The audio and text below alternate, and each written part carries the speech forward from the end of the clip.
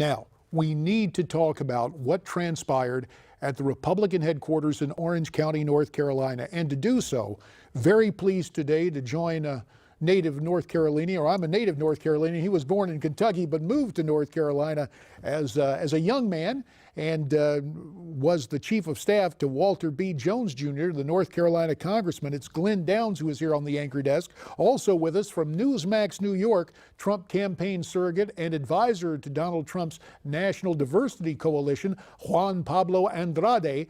And via Skype from Tallahassee, Florida, attorney Blaine Winship. Blaine was the lead trial counsel for 26 states in that historic lawsuit challenging Obamacare. Blaine is also the author of the book, Moralnomics, The Moral Path to Prosperity. North Carolina Governor McCrary called this an attack on our democracy, issuing a statement saying the firebombing of a local political headquarters in Orange County is clearly an attack on our democracy. Violence has no place in our society, especially in our elections. These people, and we saw the image when Miranda offered the story, spray painting on the outside of the building, Nazi Republicans leave town or else. Glen, you're from North Carolina. Tell us about Orange County and the political atmosphere there. Well, Orange County is the county where Chapel Hill, North Carolina is, where the university, big university town, and it is the epicenter of the political left, or hard left, far left, and that's long since, it's long been a fact that that's the case. So there's not been this kind of activity in my memory before, but this is the direction we've seen more and more of left-wing action taking around in the country, whether it's Ferguson or Black Lives Matter, or now this, whoever is responsible for it. There has been a drift of additional violence that's been entering into the political system, and it's disturbing that is coming from, frequently, left-wing activists. Yeah, the irony is we always hear from the left tolerance, except if it's the left trying to tolerate conservative ideas. That seems to be one of the defects we see here. Gentleman Donald Trump tweeted out after the attack, condemning it. He tweeted, "Animals representing Hillary Clinton and Dems in North Carolina just firebombed our office in Orange County because we are winning." At North Carolina GOP, Juan Pablo, you know what's going to happen. There's going to be some blowback against Mr. Trump saying he's jumping to a conclusion. What say you? Yeah, I agree. There's definitely going to be blowback within Democrats, Hillary Clinton, and the Democratic Party there in North Carolina. But, you know, it's not a far stretch. I would not be surprised if it was a group like Black Lives Matter, which in my opinion is an extremist group. But I wouldn't be surprised if it was Hillary Clinton supporters or any members of the North Carolina Democratic Party. Well, let's check out and see what Hillary tweeted, and it was disapproval of that attack. And her tweet reads as follows: "The attack on the Orange County headquarters, North Carolina GOP office, is horrific and unacceptable. Very grateful that everyone is safe."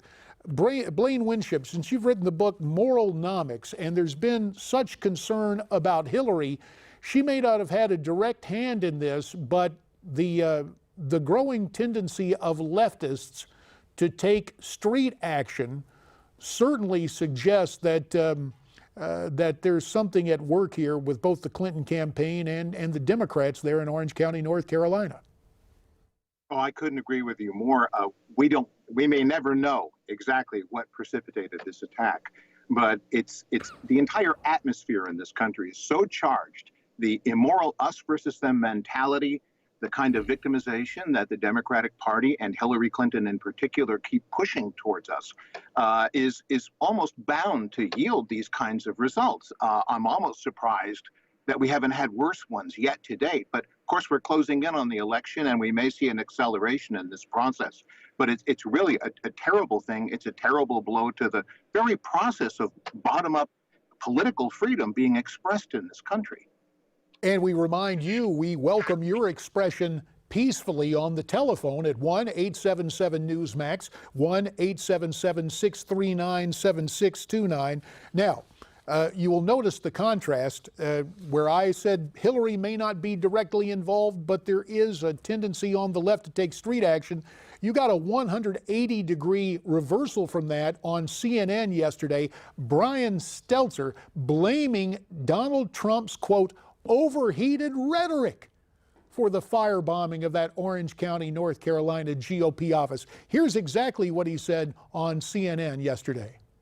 We have no idea who's done this. We don't know if it's a Republican, a Democrat, a movement. No idea. Could be some sort of extremist, some sort of radical. Hopefully we'll get more information soon. But that kind of action is unacceptable. And we need to have the temperature come down on all sides right now. Unfortunately, Donald Trump is the lead in terms of raising the temperature at this moment in time. Glen Downs, that is exactly the point. With the dominant media culture abandoning any semblance of objectivity. And look, for the record, I'm a commentator, served in Congress, have a point of view to offer.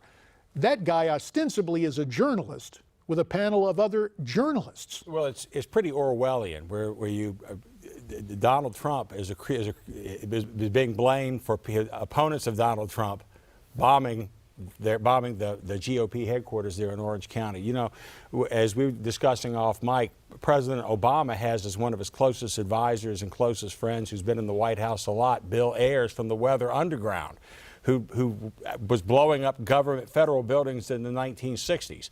So to say that this sort of action is for the left to say this sort of action is unacceptable would mean that, of course, it's unacceptable to have for people like Bill Ayers to have anything to do with hanging around the president, hanging around the White House, but that's what's going on. Juan Pablo Andrade, you are there in New York City, the epicenter of the media business. From your perspective, yes, to see the networks on a nightly basis gang up on the candidate for whom you serve as a surrogate, what's that like for you? You know, it's at the beginning, it may be a little difficult to some people. At least for me, I use it as, at least when they're attacking Mr. Trump, I use it as constructive criticism. The liberal media, obviously, even Fox News sometimes likes to attack Mr. Trump. Doesn't necessarily agree with him and like to give more airtime to Hillary Clinton, especially if it's positive for her. So, yeah. Blaine, Winship, it's very interesting. The Washington Post, which in essence has become an American Pravda, this morning in its lead article is suggesting that Mrs. Clinton's presidency is virtually inevitable. The Post writes that Mrs. Clinton faces a big choice. Either she can expand her efforts to states that Democrats haven't won in years, or she can stay the current course where she's very likely to win in the Electoral College. In your opinion, Blaine, is the Post involved in disinformation, or do they have a rational point there about Hillary's, quote, choice? Well, I think it's disinformation. And the reason that I say that is that the essence of bottom-up political freedom is that we, the people, make these decisions. The Washington Post doesn't make these decisions. The pollsters have been subject to a lot of criticism for their flawed methodologies. I think those criticisms, by and large, are fair. But the idea that we're going to be ruled by polls rather than by the people actually going in and casting their ballots is really a terrible notion. And the Post's idea behind this may be to say to Trump supporters, don't bother showing up. This election's already over. Well, it isn't over, and it's not going to be over until we, the people, have determined who our winner is going to be. And continuing with that whole narrative, the Open Borders Wall Street Journal and NBC News, so far to the left that, well, it defies description. Their new poll comes out saying Donald Trump is, quote, underperforming Mitt Romney with key parts of the electorate. They're using 2012 exit polling, claiming Trump's behind Romney in women, men, Latinos, whites, and whites with college degrees. Juan Pablo, from your perspective, 20 seconds on this. Is this another example of disinformation? Oh, yeah, absolutely. I think this is an example of disinformation. Mr. Trump will be going up in the polls, especially after Wednesday's debate in Las Vegas, the final debate. Mr. Trump will be going up in the polls, and I'm, like you said before about the comment about being inevitable. I don't think it's inevitable, and I'm sure Mr. Trump is going to pull out and become the next president of the United States. Gentlemen, we ask you to stand by because there is much more to talk about, and quite frankly, we want to hear from you. Your calls and comments at 1-877-NEWSMAX. That's 1-877-639-7629. the tendency of the press to concentrate on the Donald Trump story and ignore the WikiLeaks reports of Hillary's malfeasance. We'll talk about that and more all the time. We continue now on America Talks Live. Want to talk to you at 1-877-NEWSMAX, 1-877-639-7629. Welcoming back our panel here on the anchor desk, former Chief of Staff to North Carolina Congressman Walter B. Jones. It's Glen Downs from Newsmax New York, Trump campaign surrogate and advisor to Donald Trump's National Diversity Coalition, Juan Pablo Andrade, and via Skype from Tallahassee, Florida, attorney Blaine Winship, who is the lead counsel for 26 states in that historic lawsuit challenging Obamacare. Blaine also the author of Moralnomics. And gentlemen, let's get right to the phones as we welcome a caller from the Queen City of the West, Cincinnati. Steve, it's good to have you here on this Monday edition of America Talks Live. Well, I want to thank you for opening up this forum, and I'm going to say three things, and I'll get off here and I'll listen to your reply. Thanks for all you guys on there. I hope to goodness that Donald Trump is actually watching your show. There's such great comment and great aspects that maybe some of these guys have overlooked. But because of one guy early on in the campaign that sucker punched somebody and said they were going to kill him, now they've just launched that every Trump supporter is like that. Terrible thing. Number two, we hear constantly when the Democrats are talking, a Republican is trying to get a point in. And honest to goodness, I've been a Democrat for almost 45 years. And as of just a couple years back, I am no longer a Democrat. I will continue on this path. I think with what this guy is talking about, I hope we can see it come to fruition. But I am so sick of all these over-talkings and self-righteous people. It's just unreal. People calling the kettle black when, in fact, you know what I'm saying. There's a pot right next to it. Steve, we really appreciate your insights. And Steve, sounding like a former Democrat, now for Donald Trump. But Glen Downs, to the point he was making right there, and this the fact that media has decided to get into advocacy for Mrs. Clinton in terms of setting an agenda and not deviating it. We saw it all yesterday on the Sunday shows. It's really striking, to the point of probably being counterproductive to Mrs. Clinton, at least on some levels, to thinking people like the last caller.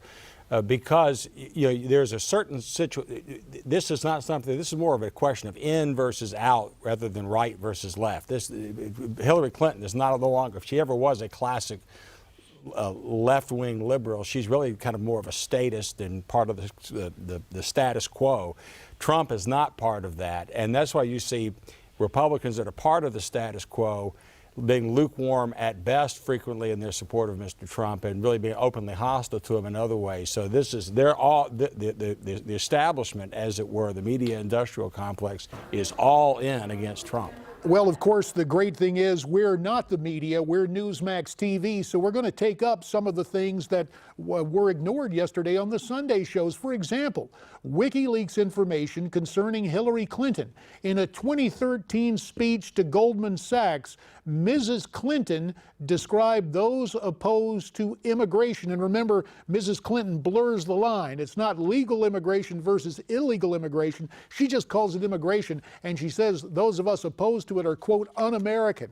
She said in that speech, quote, they just have a backward-looking view of America, and they play on people's fears, not on people's hopes, and they have to be rejected. I don't care what they call themselves. I don't care where they're from. They have to be rejected because they are fundamentally un-American. Juan Pablo Andrade, when you hear that, as a leader of Mr. Trump's diversity coalition, especially being of Latino descent, how does that strike you?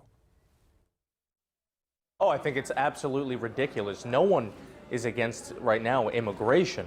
There's a difference, obviously, between coming here legally and illegally. We are against illegal immigration. So for her to say that anybody who's against immigration is un-American is absolutely ridiculous. Let me turn now to Blaine Winship in Tallahassee, and especially having authored that book, Moralnomics. Again, the moral component of this, Blaine, the effort by the left to blur the distinction that Juan Pablo just talked about, illegal immigration as opposed to the legal and orderly act of immigrating into a society. And again, more evidence that the dominant media culture is right there with the left, trying to blur those lines between an illegal invasion and the legitimate act of immigration, which is coming to a country lawfully. Well, I have to say, this is the biggest issue that we're facing now, but it brings so many other issues up along with it. I mean, the first thing to remember is that we are a nation of economic opportunity, and we are a nation of rule of law. There's no coincidence that those have come together to help us to achieve this wonderful, vibrant, middle-class prosperity that we've had in the past in this country. We're losing that now. That's extremely dangerous. We are a nation built of immigrants, legal immigrants, immigration pursuant to the rule of law. The immigrants who used to come here came here by and large because they wanted to have an opportunity to join what we had made here in this country. They wanted to be a part of this. They wanted their children to be a part of a place where the rule of law and protection of property rights was honored by everybody, and where they too could have a chance through hard work and diligence and pleasing other people better to become part of our affluent middle class. Now we have a very, very different situation. Why do we have a different situation? It's quite obvious. It's because the liberals in this country just want to get power. So to them, they want all of this illegal immigration going on because they presume that these people coming in, and they're going to try to fast track them to citizenship so that they can vote, will be almost overwhelmingly voting for the Democrats. And we saw it in 1996, Citizenship USA, with the first President Clinton, and I hope the only President Clinton in our history, getting that done, to getting people registered, fast-tracking folks coming into the country, greasing the skids, even abusing the legal system, as it were. We're going to go to an area that, from my vantage point, has been ground zero in the fight against illegal immigration, out to Arizona, to the town of Buckeye, where our old friend Rick is on the phone at 1-877-Newsmax. Rick, welcome to the program. Hi, JD. How you doing? Fine, sir. Good. Hey, I'm so sad about that thing that happened in North Carolina, but I wanted to get on to some of the things on the weekend with the Democrats have no strong grounds, and that's why they have to nitpick at things from 30 years ago, 20 years ago. Let's get on the issues. That's why I think we got a good week coming up here on Wednesday night's debate, and tomorrow night, Kirk Cameron with Ben Carson, Revive Us 2016. Right, we had Kirk on the program, Revive Us, that kind of national town hall in theaters across the country. And Rick, I take it you're planning to go see that tomorrow night. I hope we can, yes, and I hope everybody can get out there. I'll tell you, we need a call to arms here, JD. And the key to, I believe, Glen Downs, it's called moral suasion, to say, wait a minute, you were talking about the pushback earlier. I witnessed it firsthand on the day of the Brexit vote with our British cousins, where the polling said, we'll stay involved in Europe and all that. And then by the next day, the results were clear, although by a hair's breadth, you had a situation where people from outside the system spoke. And I think Americans, at least Trump supporters, are thinking that's going to happen in November. It very well could. In the last couple of election cycles, the polling data has really been very badly flawed, and this is in more conventional elections than this. And the pollsters use these turnout models, which presume that certain groups of people will be voting in certain numbers. And so we have instances, we have people. Trump probably is legitimately underpolling here. You have people that don't want to fess up to voting for Trump, even though they're going to. And then you have other people that, if you ask them, they'll tell you they're going to vote for Trump, but they don't get asked because they're not included in pollsters' groups of likely voters. And, of course, oversampling happens, too. Juan Pablo, final word to you, sir. I know you're working hard with the Diversity Coalition. Will there be a surprise on Election Day? 30 seconds. Well, I think the big surprise on Election Day that people are not going to be expecting is that Mr. Trump will win this election, and with a very large plurality of the popular vote. So I'm looking forward for that. All right, very good. And I've got to sneak Blaine Winship back in here. 15 seconds. Moralnomics. Tell us about the book very quickly. I'm sorry, we are running out of time. Back with more after this.